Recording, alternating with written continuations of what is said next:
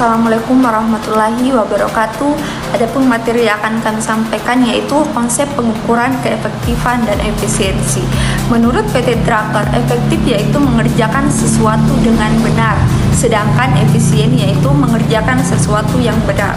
Adapun pengertian efektivitas kerja menurut Kurniawan yaitu ialah kemampuan melaksanakan tugas, fungsi daripada suatu organisasi atau sejenisnya yang tidak adanya tekanan atau ketegangan di antara pelaksanaannya. Adapun tolak ukur atau kriteria dari efektivitas kerja yaitu pertama, efektivitas keseluruhan, produktivitas, laba, pertumbuhan, dan stabilitas. Aspek-aspek dari efektivitas kerja yaitu ada aspek peraturan, ada aspek fungsi, aspek rencana, dan aspek tujuan. Apa perbedaan antara efektivitas dan efisiensi?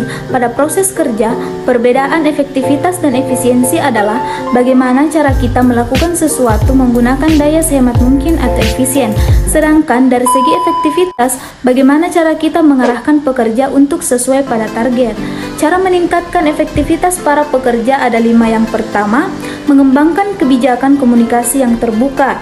Yang kedua, mengadakan pertemuan rutin. Yang ketiga, mengetahui gaya kerja dan kepribadian setiap anggotanya. Yang keempat, mengizinkan setiap anggota tim untuk berpartisipasi. Dan yang terakhir, yang kelima, memperhatikan kinerja tim. Pengertian efisiensi.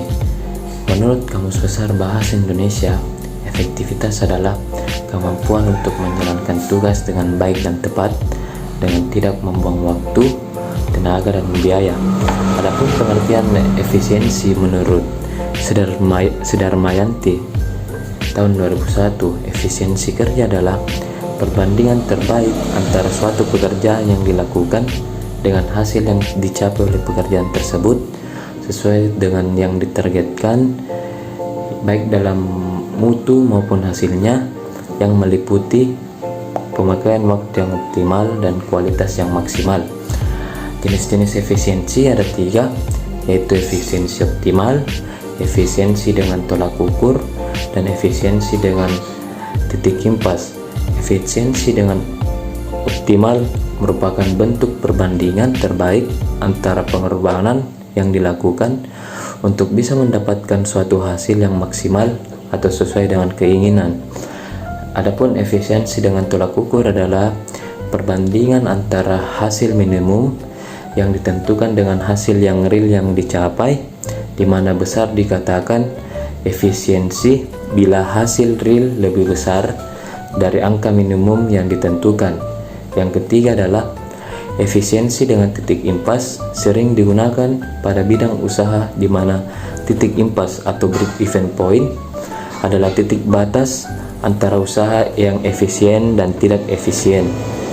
Jadi, unsur-unsur efisiensi terbagi menjadi 3. Yang pertama, kesadaran. Yang kedua, keahlian. Dan yang ketiga, disiplin.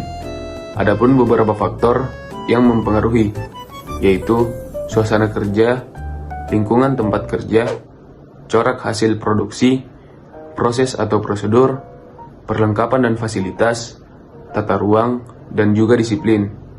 Kemudian, syarat tercapainya efisiensi ada 4. Yang pertama, ekonomis, yaitu suatu tindakan untuk mendapatkan input, barang dan jasa yang berkualitas dengan tingkat sekecil mungkin. Yang kedua, pelaksanaan kerja dapat dipertanggungjawabkan. Yang ketiga, rasionalitas wewenang dan tanggung jawab. Dan yang terakhir, prosedur kerja yang praktis.